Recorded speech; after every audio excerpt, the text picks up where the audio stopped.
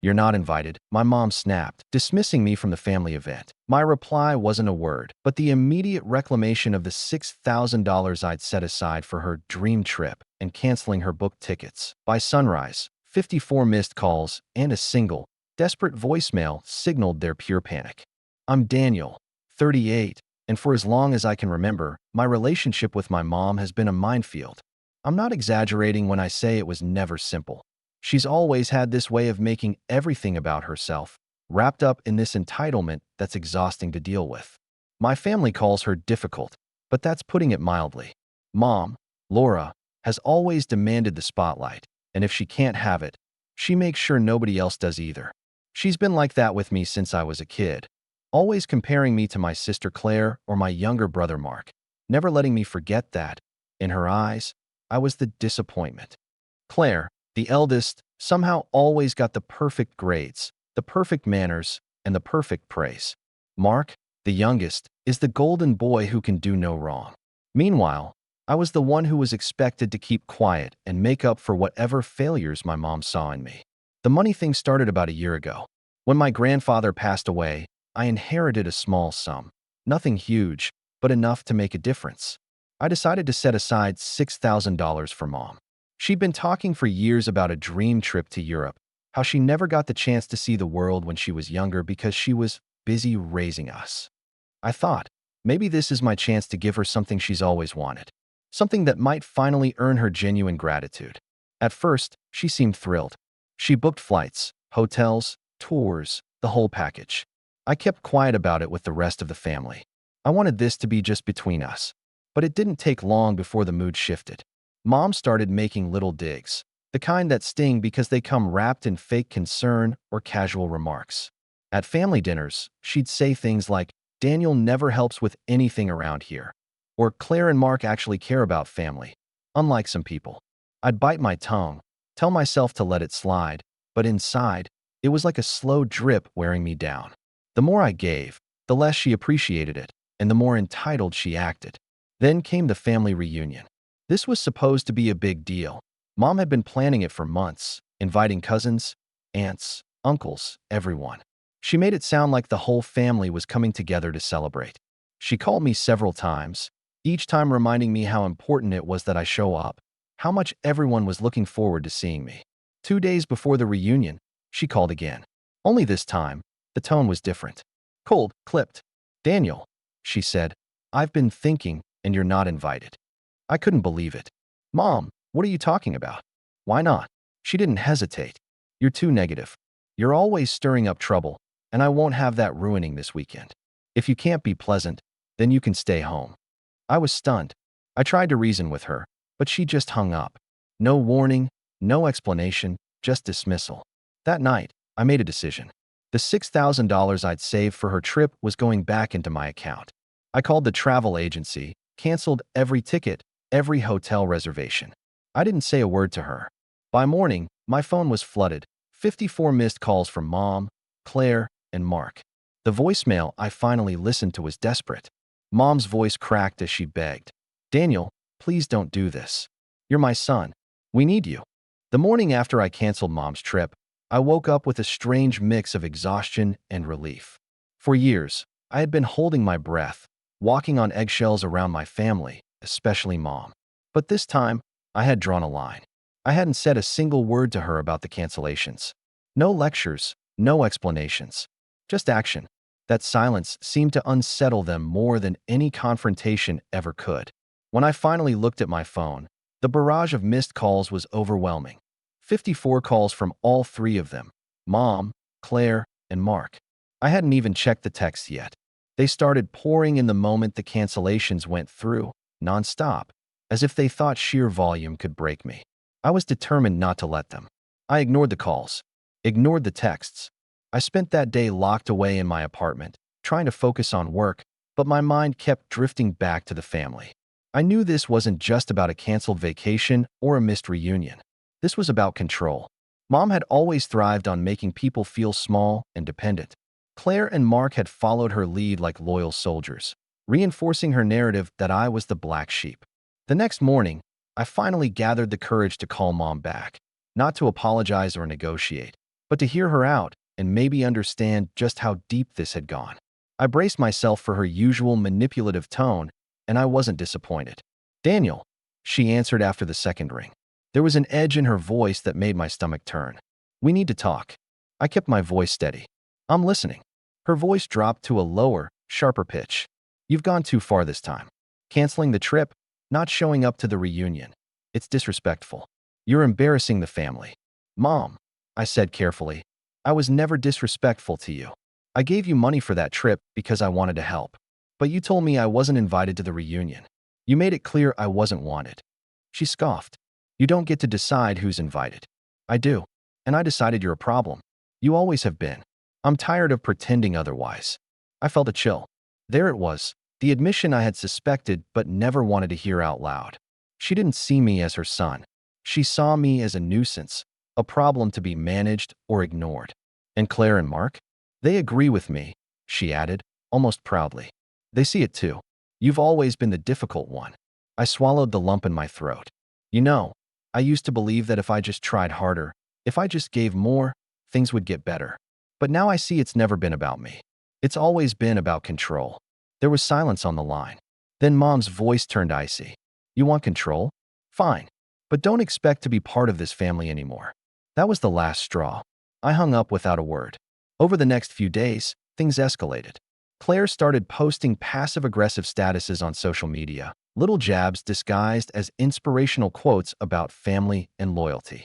Mark called me twice, both times leaving angry messages accusing me of ruining the family and being selfish. Mom's calls slowed but didn't stop. I let them ring, sometimes answering to hear her guilt tripping me, other times just letting the voicemail fill up. What hurt the most was knowing that none of them cared about what I felt or needed. It was all about their image, their control, and their version of what family was supposed to look like. Then came the final blow, a group message from Mom, Claire, and Mark to the entire extended family, painting me as the villain. It was filled with half-truths and outright lies, claiming I had refused to support the family financially, that I was ungrateful for everything they'd done, and that my behavior was tearing everyone apart. That message went viral within our family circle. I received texts from distant relatives I hadn't spoken to in years, all taking their side. For a moment, I considered giving in. Maybe if I apologized, things could go back to normal. But deep down, I knew that normal had never been healthy. That's when I started planning. I began documenting everything: the messages, the calls, the cancellations, the lies. I reached out quietly to a few family members who had always been on the sidelines but had noticed Mom's controlling ways. Slowly, I started to build a case, not for a courtroom, but for reclaiming my life and dignity. Meanwhile, Mom and her crew doubled down. They threw another family gathering, a lavish event, intentionally excluding me and then bragging about how wonderful it was. Photos flooded social media with them smiling and celebrating family unity, while I sat on the sidelines, the scapegoat. One afternoon, as I scrolled through the pictures, I noticed a familiar face lurking in the background of a group photo. Aunt Evelyn, my mother's estranged sister who had cut ties years ago because of similar behavior from Mom. I messaged her cautiously. She replied almost immediately, confirming what I had suspected for years, that Mom's manipulation wasn't new, that Claire and Mark had been groomed to be loyal enforcers, and that the whole family had been walking on eggshells. That conversation gave me new strength. I wasn't alone. After my conversation with Aunt Evelyn, I realized that this family drama was more than just personal grudges. It was a pattern of manipulation and entitlement stretching back decades.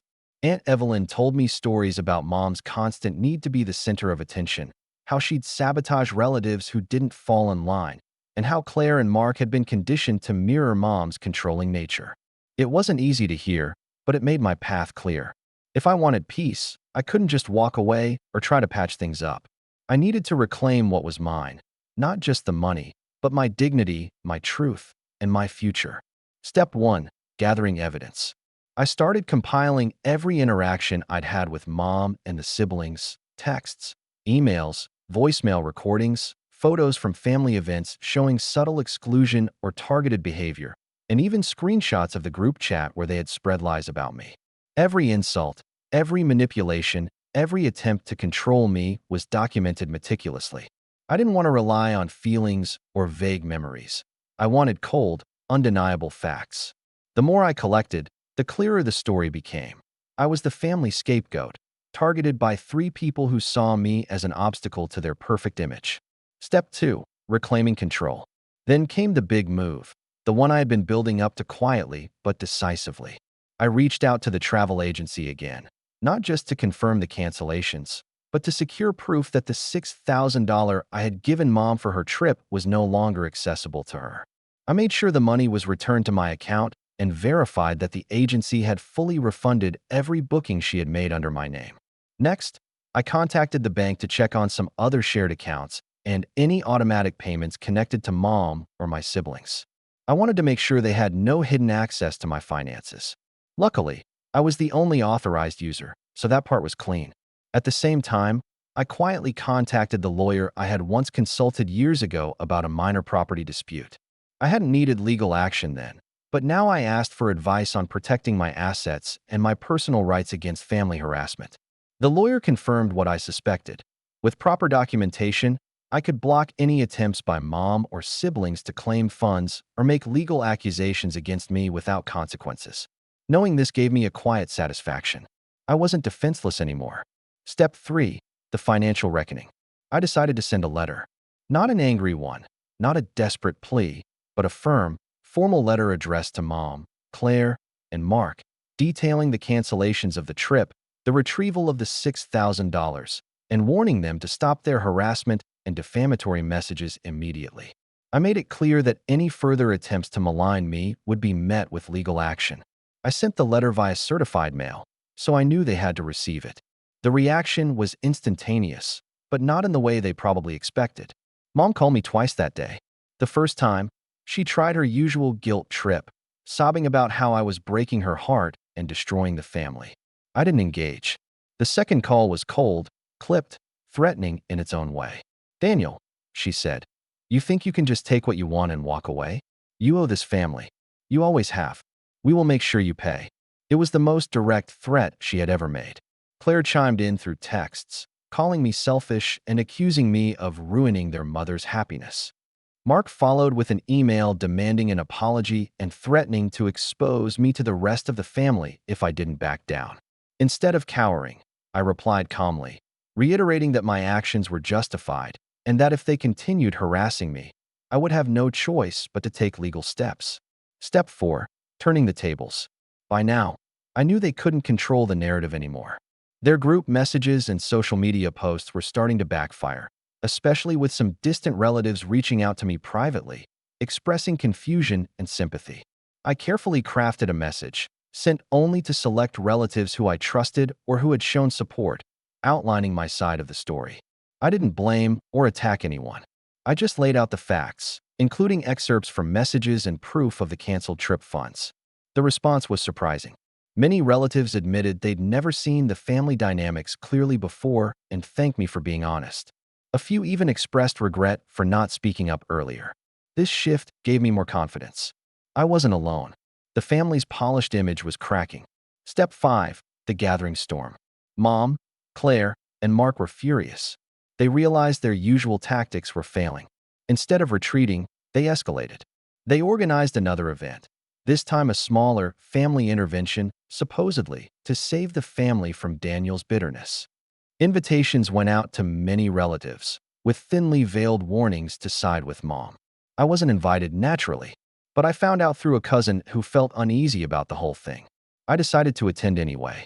Disguised as a friend of a distant cousin, I slipped into the venue, watching as Mom took the stage and launched into a rehearsed speech about forgiveness, family unity, and the dangers of letting resentment poison relationships.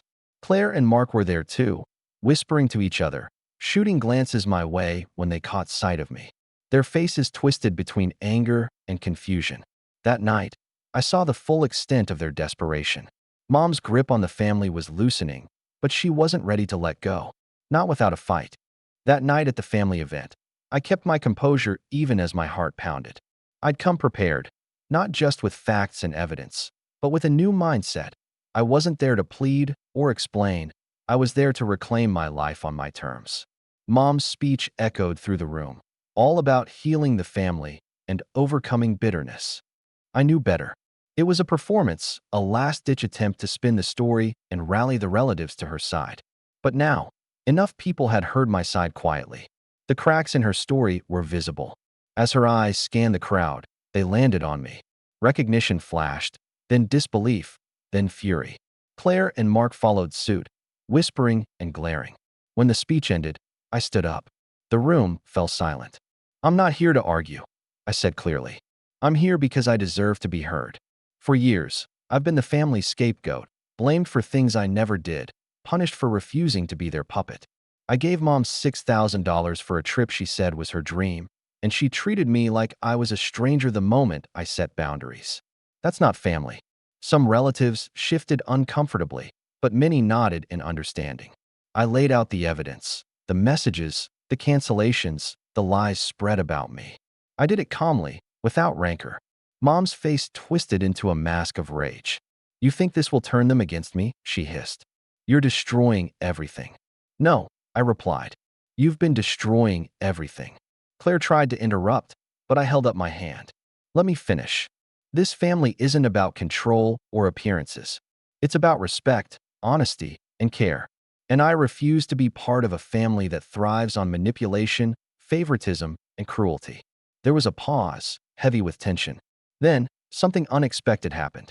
Several cousins, aunts, and uncles who had quietly supported me stood up one by one. They shared their own stories of being sidelined, of feeling trapped by Mom's tyranny. The room became a chorus of voices breaking years of silence. Mom's grip was finally slipping. In the weeks following that confrontation, the family dynamic shifted dramatically. Mom tried to rally her loyalists, but the damage was done. Claire and Mark, who had once been her enforcers, found themselves isolated as more relatives distanced themselves. The once unified family fractured irreparably. I made it clear that I would not tolerate further harassment. Every threatening call or message was met with firm warnings and, when necessary, legal intervention. Slowly, the attacks ceased. I rebuilt my life on my terms. Freed from the emotional drain, I focused on my work, friendships, and new, healthier relationships. I remained cautious about any family contact, but I didn't shut the door entirely, only on those who refused to respect me. Mom eventually stopped calling.